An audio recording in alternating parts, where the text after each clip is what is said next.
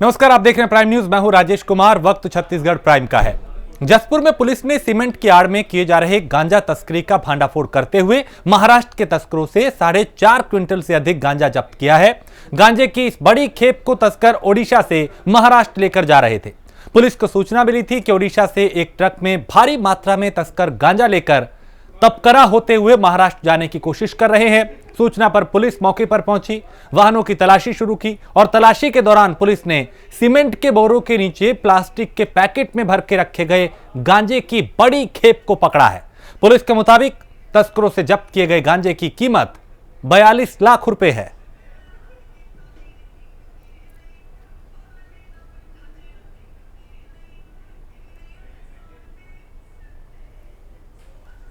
तो पुलिस ने गांजा तस्करी का भांडाफोड़ किया है, भारी मात्रा में गांजा बरामद किया। तस्कर भी पुलिस के हत्थे चढ़े हैं 3।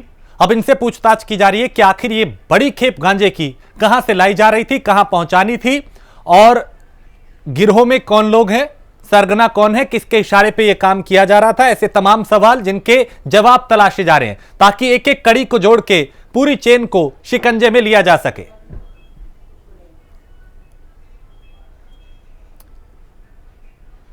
तो पुलिस चूंकि एक्टिव है और पिछले कई दिनों में कई ऐसे तस्कर पुलिस के हत्थे चढ़े हैं जिसमें नशे के कारोबार पर ताकि रोक लग सके।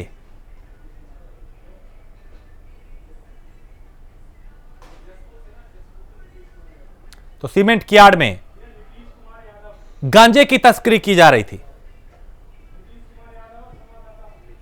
नीतीश हमारे संवाददाता इस पे ज्यादा जानकारी के साथ। नीतीश, बड़ी कामयाबी पुलिस के लिए, बड़ी मात्रा में गांजा बरामद हुआ है।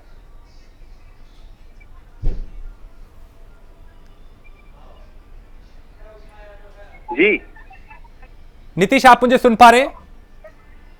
हाँ सर, सुन पा रहा हूं सर। नीतीश, एक बड़ी खेप जो है गांजे की बरामद हुई है, 3 तस्कर भी पुलिस के हत्थे चढ़े हैं, बड़ी कामयाबी पुलिस के लिए। हाँ सर जी, मैं आपको बता दूं कि जसपुर जिले के तपकरा थाना में जो 16 बोरी की गांजा बरामद की गई है, जो कि तपकरा बस स्टैंड में पुलिस ने रात्रि गश्त के दौरान उन लोग को अपना शंका के माध्यम से सीमेंट की बोरी में पर लदा हुआ था, तो उनको पुलिस वाले ने अपना कब्जे में लेके गिरफ्त किया है। चलिए, बहुत शुक्रिया नीतीश जानकारी के लिए। तो यहाँ पे तस्कर और 3 तस्कर जो हैं वो पुलिस के हत्थे चढ़े हैं और बड़ी मात्रा में एक बड़ी खेप गांजे की बरामद की है।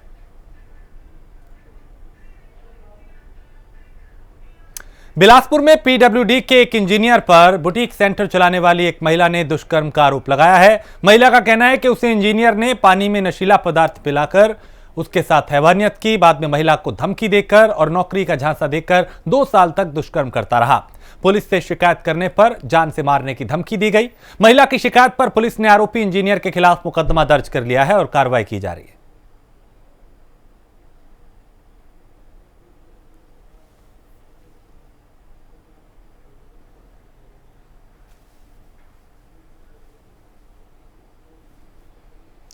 तो महिला ने एक इंजीनियर पे दुष्कर्म का आरोप लगाया। पुलिस में मुकदमा दर्ज कराया गया है। पुलिस मामले की जांच कर रही है।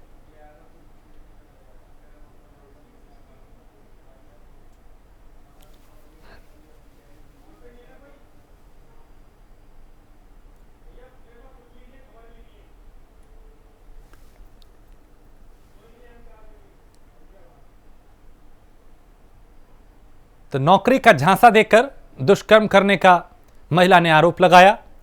पुलिस ने आरोपी के खिलाफ मुकदमा दर्ज कर लिया है। अब जांच की जा रही है। कहा यह जा रहा है कि 2 साल से इस महिला के साथ हैवानियत की जा रही थी।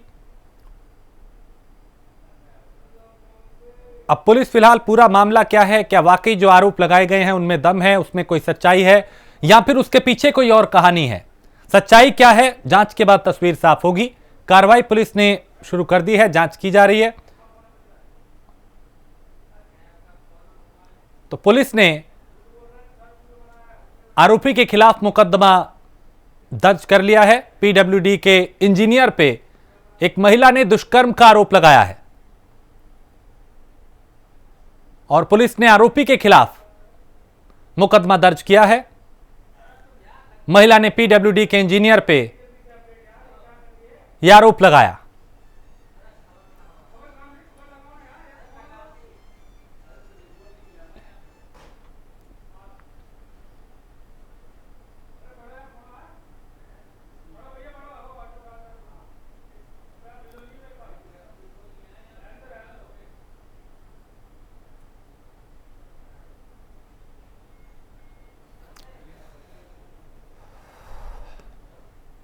तो महिला सुरक्षा के बड़े बड़े दावे किए जाते हैं।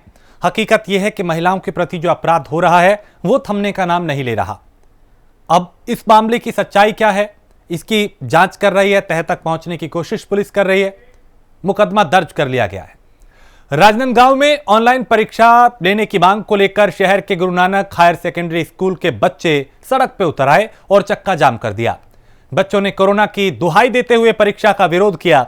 छात्रों का कहना है कि कोरोना काल में ऑनलाइन पढ़ाई हुई तो परीक्षा भी ऑनलाइन होनी चाहिए। सड़क जाम करने की सूचना मिलने पर जिला शिक्षा अधिकारी मौके पर पहुंचे, छात्रों को समझाया, लेकिन कोई नतीजा नहीं निकला। यानी वहां पे काफी देर तक गतिरोध बना रहा, यातायात भी प्रभावित हुआ और छात्र इस बात की मांग कर रहे थे कि कोरोना काल है, कोरोना भी खत्म नहीं हुआ, अगर पढ़ाई ऑनलाइन हुई है तो परीक्षा भी ऑनलाइन होनी चाहिए।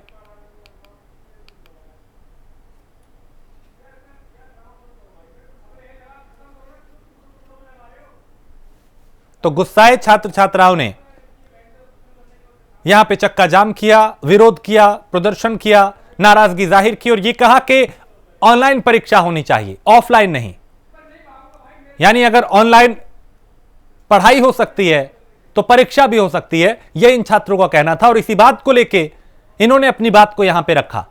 पुलिस मौके पर पहुंचे, शिक्षा अधिकारी मौके पर पहुंचे और इन्हें आश्वासन दिया गया। लगभग जो है 10 बजे पता चला कि higher secondary Guru Nanak school में जो है कुछ 30 से 40 बच्चे 9th और 11th के जो है ऑनलाइन के लिए मांग कर रहे थे। माध्यमिक शिक्षा मंडल बोर्ड के सचिव आदरणीय श्री गोयल साहब से चर्चा हुई और उन्होंने तत्काल कहा कि जो बच्चे ऑनलाइन दिलाना चाहते हैं उनको ऑनलाइन लागू करने के लिए कह दिया गया था। बाद में प्रबंध कमेटी से जो है चर्चा हुई तो सौहार्दपूर्ण में जो है बच्चों से चर्चा की गई और बच्चे जो है ऑफलाइन परीक्षा देने के लिए सहमत हो गए। किसी प्रकार के जो है विद्यालय में जो है अपनी स्थिति नहीं उत्पन्न हुई है। प्रबंध कमेटी भी चाहता है कि किसी भी बच्चे का जो है अहित ना हो, इसलिए जो है बच्चों से चर्चा करके जो है आगामी परीक्षा जो तिथि है वो नियमित रूप से जो है परीक्षा आयोजित की जाएगी। हाफिज हमारे संवाददाता इस पे ज्यादा अपडेट के साथ। हाफिज, कोई समाधान निकला इन छात्रों ने यहाँ पे जिस बात को लेकर विरोध किया था उसका? जी नहीं, समाधान तो नहीं निकला क्योंकि बच्चे जो थे वो अड़े हुए थे, क्योंकि कोरोना काल में सभी ने ऑनलाइन शिक्षा ग्रहण की तो पेपर जो है वो भी ऑनलाइन हो, ये बच्चों की मांग थी। इसको लेकर के आज सुबह जो बच्चे थे वो सड़क पर बैठ गए थे। इसके बाद जब जिला शिक्षा अधिकारी पहुंचे उन्होंने बच्चों को समझाइश देने की कोशिश की। हालात ऐसे बन गए कि पुलिस तक को आना पड़ गया। पुलिस ने भी समझाया, सड़क पे ना बैठे। उसके बाद बच्चे उतरे, सड़क से उठे और स्कूल के भीतर जाकर के बात की, लेकिन उनकी समस्या का समाधान नहीं निकला। उनका कहना यह था बच्चों का कि ऑनलाइन ही परीक्षा हो, लेकिन शुरू में उनको कहा गया था कि ऑनलाइन परीक्षा लेंगे, उसके बाद फिर ऑनलाइन परीक्षा नहीं ली गई, ऑफलाइन परीक्षा लेने की बात कही गई, जिससे बच्चे नाराज थे। बाद में मान मनोवल हुआ और ये तय हुआ कि ऑफलाइन परीक्षा देने के लिए बच्चों को आखिरकार मानना पड़ा और बच्चे ऑफलाइन परीक्षा देने के लिए तैयार हुए। जी चलिए, बहुत शुक्रिया हाफिज जानकारी के लिए। तो राजनांदगांव से हाफिज हमारे संवाददाता जो बता रहे थे कि अभी जो प्रदर्शन किया गया उसका समाधान जो है नहीं निकला और बच्चों ने ऑफलाइन परीक्षा को लेकर अपनी बात रखी थी, प्रदर्शन किया था। क्योंकि ऑनलाइन परीक्षा कराई जा रही है, ऑफलाइन कराई जा रही है और इन बच्चों का यह कहना था कि ऑनलाइन कराई जाए। बलरामपुर से खबर है, जहां आग में जलकर दर्जनों मवेशियों की मौत हो गई। पराली में आग लगने के चलते दर्जनों मवेशियों की जान गई। दमकल विभाग की मदद से आग पर काबू पाया गया। पराली में आग लगने की वजह से आग ने यहां पे देखते ही देखते विकराल रूप ले लिया था और इस आग की चपेट में कई मवेशी आ गए, कई पशु आ गए जिनकी जलकर मौत हो गई। दमकल विभाग की मदद से इस आग पर काबू पाया गया, लेकिन जब तक काबू पाया गया तब तक इस आग ने काफी नुकसान पहुंचाया। सूरज हमारे संवाददाता। सूरज, कैसे ये आग लगी और क्या कुछ नुकसान हुआ इसमें? जी, मैं राजेश आपको बता देना चाहूंगा कि ये बलरामपुर जिला मुख्यालय से लगा हुआ गांव सौनी का मामला है, जहां बिरसा पिता महादेव किसान के दर्जनों मवेशियों की आग में जलकर मौत हो गई है। पुलिस की माने तो पुलिस को जैसी सूचना मिली कि पुआल में आग लगने से मवेशियों की मौत हुई, पुलिस ने बताया कि आग लगने के कारण अभी तक अज्ञात है, जिसकी जांच चल रही है, जांच के उपरांत ही कुछ हो पाएगा। वहीं किसान ने बताया कि उनके घर के समीप ही पुआल वाचा के नीचे दर्जनों मवेशियों को बांध के रखे थे और पुआल में कब आग लगी, कैसे लगी, उनको पता नहीं चला। लेकिन जब तक आग पर काबू पाया जाता तब तक उनके किसान के दर्जनों मवेशियों की मौत हो गई। हालांकि इस मामले में पुलिस तहकीकात कर रही है, हालांकि मामला अज्ञात के खिलाफ दर्ज कर तहकीकात में जुटी हुई है। कितने मवेशी इसकी चपेट में आए, क्या कोई और भी नुकसान हुआ यहाँ पे? जी मैं बता दूं आपको कि इसमें लगभग दर्जनों से ज्यादा मवेशियों को वहां पर बांधा गया था, लेकिन मौके पर 1 दर्जन के आसपास मवेशी मृत पाए गए। वहीं कुछ मवेशी झुलस गए हैं गंभीर अवस्था में, उनकी भी स्थिति गंभीर बताई जा रही है। जी बहुत शुक्रिया सूरज जानकारी के लिए। तो इस आग की चपेट में कई मवेशी आए जिनकी जलकर मौत हो गई। पराली में आग लगने के चलते यहाँ पे आग ने विकराल रूप ले लिया था और देखते ही देखते इस आग ने कई पशुओं को, कई मवेशियों को अपनी चपेट में ले लिया। आग कैसे लगी इसका अभी स्थिति साफ नहीं है, जांच की जा रही है, लेकिन जब तक इस आग पर काबू पाया गया तब तक इस आग ने काफी नुकसान कर दिया था।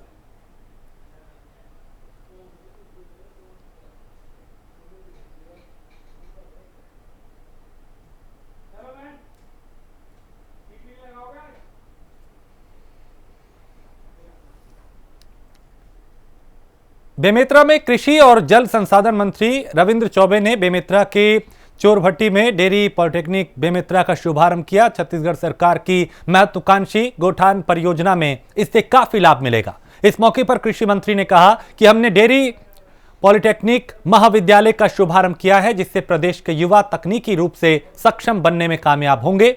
आने वाले वक्त में दुग्ध संयंत्रों के परिचालन करने और नए उद्यमी तैयार करने में यह पाठ्यक्रम महत्वपूर्ण भूमिका निभाएगा।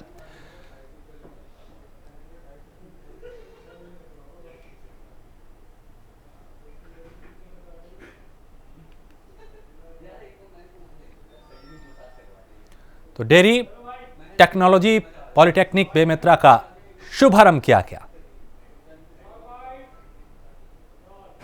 बेमेतरा में आज एक नया इंस्टीट्यूशन डेयरी टेक्नोलॉजी पे पॉलिटेक्निक कॉलेज का शुभारंभ किया गया।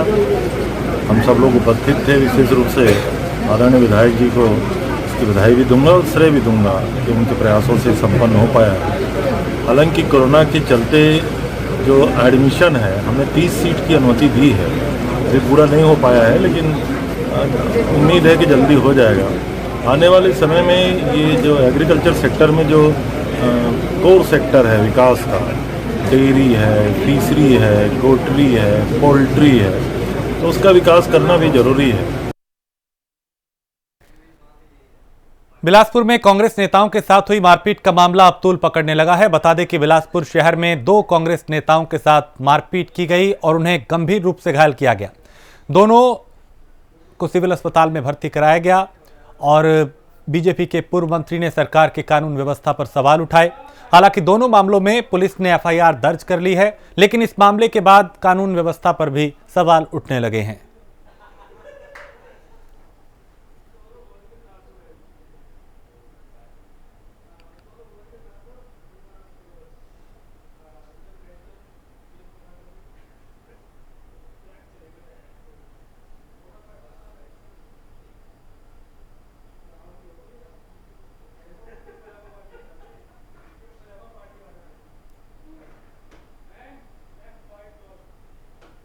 प्रदेश में कानून व्यवस्था की हालत इतनी खराब है कि उसके चर्चा करते ही आदमी का रूह कांप जाएगा। ये स्थिति है। प्रतिदिन कोई शाम ऐसा नहीं गुजरेगा जिसमें कोई इस प्रकार की घटनाएं नहीं होगी। बच्चियों के लिए नारी उत्पीड़न का मामला है, जितने प्रकार के अपराध हैं वो सब घटित हो रहे हैं। और सबसे बड़ी बात, दुर्ग जिला में स्वयं मुख्यमंत्री जी के निर्वाचन क्षेत्र में 2 ऐसी घटनाएं घटी है जिसके बारे में कहा जा रहा है कि ये वहाँ पर सुपारी किलर और दूसरे प्रकार के आपराधिक प्रवृत्ति के लोग प्रवेश कर गए हैं और अभी तक के कोई सुराग ठीक प्रकार से मिला नहीं। मुझे इस बारे में कोई जानकारी है नहीं, अखबारों के माध्यम से मैंने पढ़ा था, और अगर यदि किसी ने उनके साथ मारपीट की तो उसके ऊपर कार्रवाई होनी चाहिए। तो कांग्रेस के नेताओं के साथ क्यों हो रहा है ऐसा? ऐसा कुछ नहीं, मारपीट एक ऐसी घटना है जो कभी भी किसी के भी साथ हो सकती है। तो मुझे नहीं लगता कि ऐसा कोई पार्टी विशेष के साथ कभी कोई ऐसी मारपीट होती होगी, और इस पर जांच करके पुलिस को कार्रवाई करनी चाहिए। मैं तो यही चाहूँगा। और 2 दिन से मौसम में हुए बदलाव के चलते राजनांदगांव शहर में सुबह बारिश हुई, जिससे लोगों को गर्मी से थोड़ी राहत मिली। मौसम में आए बदलाव के चलते सर्दी, खांसी, बुखार जैसे मामले बढ़ रहे हैं। एक बार फिर बढ़ते कोरोना की वजह से मौसम में आए बदलाव ने बीमारियों को लेकर चिंता बढ़ा दी है। क्योंकि अमूमन इस मौसम में कई तरह की दिक्कतें होती हैं, लेकिन कोरोना का संकट भी बरकरार है और मामले उसके भी बढ़ने लगे हैं, तो चिंता ज्यादा बड़ी हो गई है।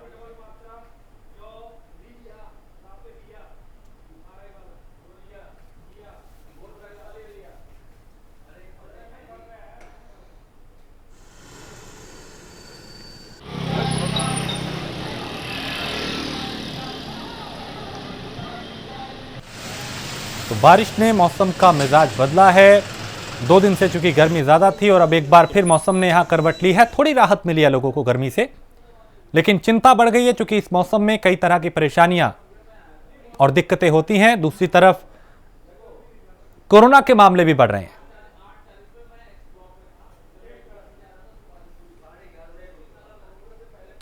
सरगुजा जिले के लखनपुर में मुख्यमंत्री ग्राम गौरवपथ योजना के तहत 21 लाख रुपए की लागत से सड़क का निर्माण कराया गया, मगर सड़क बनने के तुरंत बाद ही टूटने लगी है।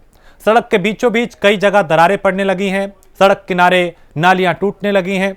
ग्रामीणों और आसपास के लोगों का कहना है कि 2 महीने पहले ही ये सड़क बनकर पूरी हुई है और वो अभी से जर्जर हो चुकी है, टूटने लगी है। जब इस मामले में ग्रामीण विकास विभाग के उप अभियंता सुनील गुप्ता से बात करने के लिए पहुंचे तो उन्होंने कहा कि इसकी जानकारी नहीं है, लेकिन तस्वीरें बता रही हैं कि 2 महीने बाद ही इस सड़क का हाल क्या है, यानी किस तरह की सामग्री का इस्तेमाल किया गया होगा, क्या इसकी गुणवत्ता रही होगी। ये तस्वीरें बता रही हैं कि कैसे यहां पे धांधली हुई होगी।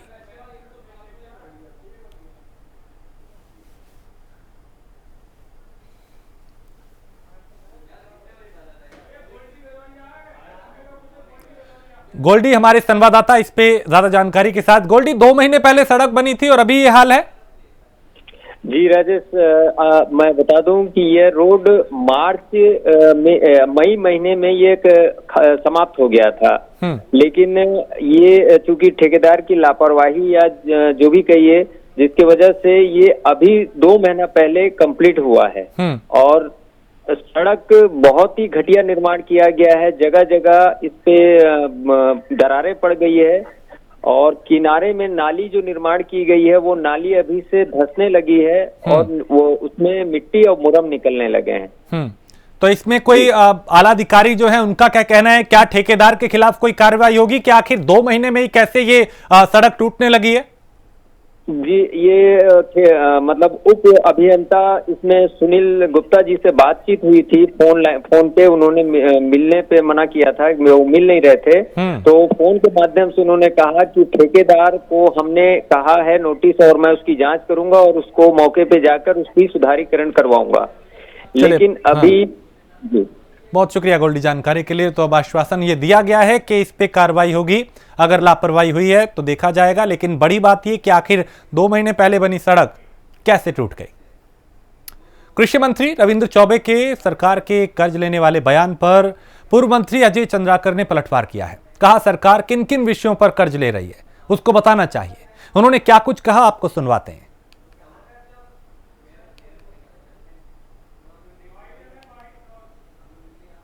किसान को न्याय योजना का पैसा देना है इसलिए कर्ज ले रही है कि कर्ज ले किन किन विषयों में कर्ज ले रहे हैं उसको बताना चाहिए।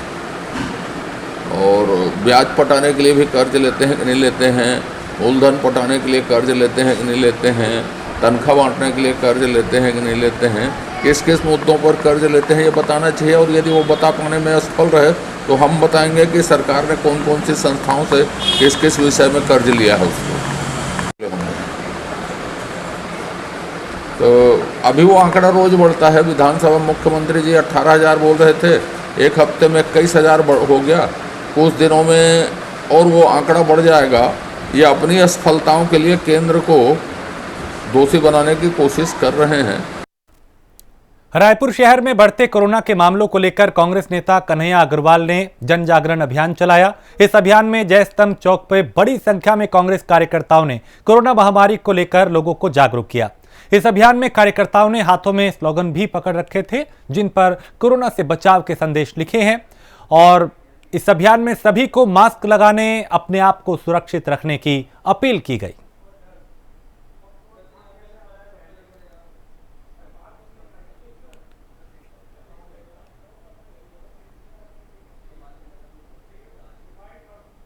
इस तरह से अचानक कोरोना का दुष्प्रभाव फिर से बढ़ा है रायपुर में, उसको लेकर के पूरे शहर के लोगों में चिंता है।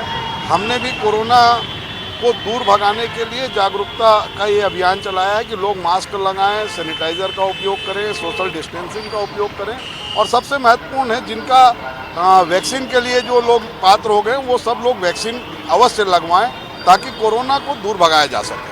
आप मतलब शैडो एमएलए हैं और जो असली एमएलए हैं उन्होंने ऐसा कुछ नहीं किया सड़कों पर निकलकर। देखिए सभी लोग अपने अपने स्तर पर कुछ ना कुछ कर रहे हैं। हमने ये प्रयास प्रारंभ किया कि जो है कम से कम रायपुर दक्षिण विधानसभा क्षेत्र के लोगों को हम जागरूक करेंगे और इसके लिए हर चौक चौराहे पर क्षेत्र में हम ये काम करेंगे। जांजगीर चांपा के ग्राम पंचायत पिरदा में ग्रामीणों ने सरपंच, सचिव और मनरेगा के रोजगार सहायक पर भ्रष्टाचार का आरोप लगाया। ग्रामीणों का कहना है कि जो लोग काम पर नहीं गए उनके खाते में मनरेगा के पैसे ट्रांसफर किए गए और जो लोग काम कर रहे हैं उन्हें मजदूरी से कम पैसे दिए जा रहे हैं।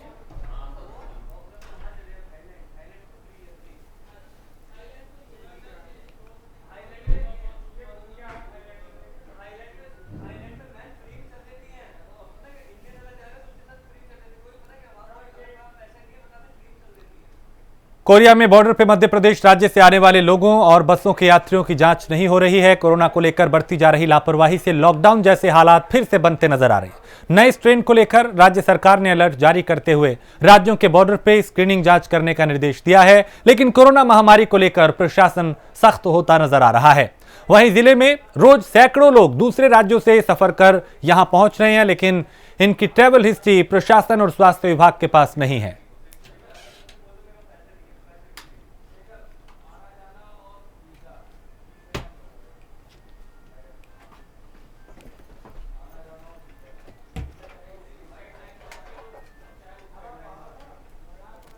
देखिए, इसकी लापरवाही की बात नहीं होती। बेसिकली हमें ये मानना चाहिए कि जो बॉर्डर पे जो आते हैं उनको चेक पोस्ट पे हमारी टीम बैठती है, मेडिकल की टीम, जिसमें हमारे एएनएम होते हैं और दूसरे लोग होते हैं, एमपीडब्ल्यू होते हैं, और उनको जो लक्षणात्मक रूप से उनको पता करना होता है कि आपको लक्षण है तो टेस्ट करेंगे।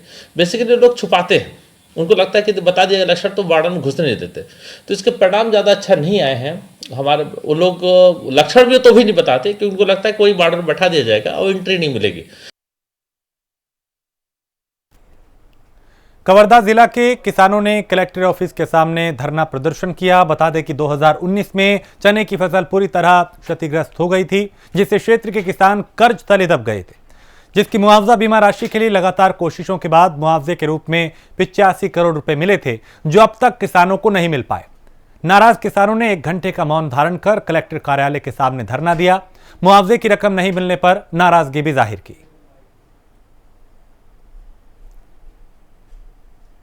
चना फसल की क्षति, चना फसल की बीमा, सोयाबीन फसल की बीमा और धान खरीदी के दौरान किसानों के द्वारा जो बारदाना दिया गया था उसकी राशि, इसके संबंध में उन्होंने कलेक्टर महोदय को नोटिस ज्ञापन सौंपा। कहाँ ज्ञापन भेजेंगे? ज्ञापन कलेक्टर महोदय को सौंपा जाएगा। 10 बार अकाउंट नंबर चेंज करा दिया, सब कुछ करा दिया, लेकिन आज तक नहीं पहुंचा। 1.5 साल का समय पर्याप्त होता है। 2019 के उसी चना फसल के लिए HDFC एर्गो कंपनी, जिसने किसानों का फसल बीमा किया था, फसल बीमा की राशि अप्राप्त है लगभग 1,500 किसानों को। सूची मेरे पास है भाई, आप ले लीजिए। और 1,500 किसानों को अगर अप्राप्त है तो 1.5 साल का समय पर्याप्त नहीं होता है इसको पूरा करने के लिए। और कंपनी पैसा नहीं दे रही है तो प्रशासन उसके खिलाफ, उसको ब्लैकलिस्ट करने के लिए या उसके खिलाफ FIR करने के लिए एक्शन क्यों नहीं लेती? मतलब क्या है अंदर, क्या है अंदर भाई, हम पूछना चाहते हैं। खबर बेमेतरा से है, जहां साल 2017 में PWD ने 13 किलोमीटर 2 लेन सड़क का निर्माण किया था। सड़क निर्माण के दौरान 80 से 90 घर, दुकानें और खेतों को तोड़कर जमीन अधिग्रहण की गई थी, जिसके लिए पीडब्ल्यूडी विभाग ने जमीन के मालिकों को मुआवजा देने का ऐलान किया। लेकिन आज भी ये लोग मुआवजे की आस में दर दर भटकने को मजबूर हैं।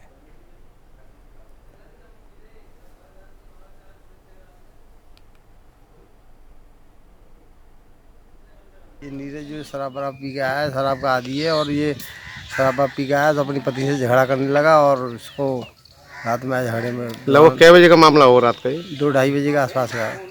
आपको सूचना सुबह मिली थी क्या? हाँ, सुबह देने के लिए मिली है। गांवी सब पहुंचे मौके पर जब तक पुलिस आ गई थी, और तो पुलिस ने डेड बॉडी को पोस्टमार्टम के लिए भिजवा दी? हाँ, पोस्टमार्टम। और युवक फरार है या पकड़ लिया पुलिस ने? फरार है वो।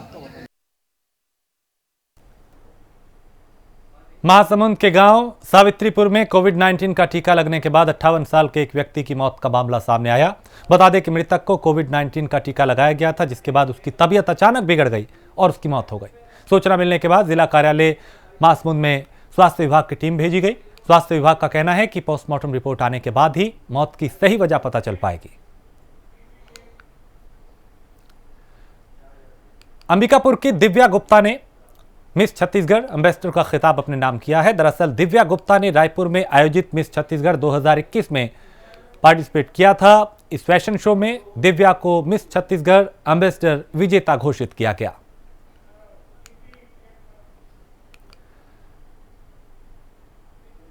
राज्य महिला आयोग की अध्यक्ष किरणमयी नायक महिलाओं की जन सुनवाई पर बिलासपुर पहुंची, जहां उन्होंने जल संसाधन विभाग के प्रार्थना भवन में महिलाओं संबंधी प्रकरण की सुनवाई की।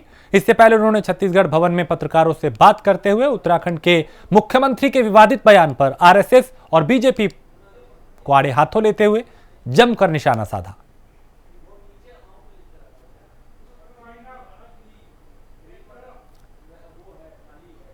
और इसी के साथ इस बुलेटिन में फिलहाल इतना ही। देश प्रदेश की बाकी खबरों के लिए आप देखते रहिए प्राइम न्यूज।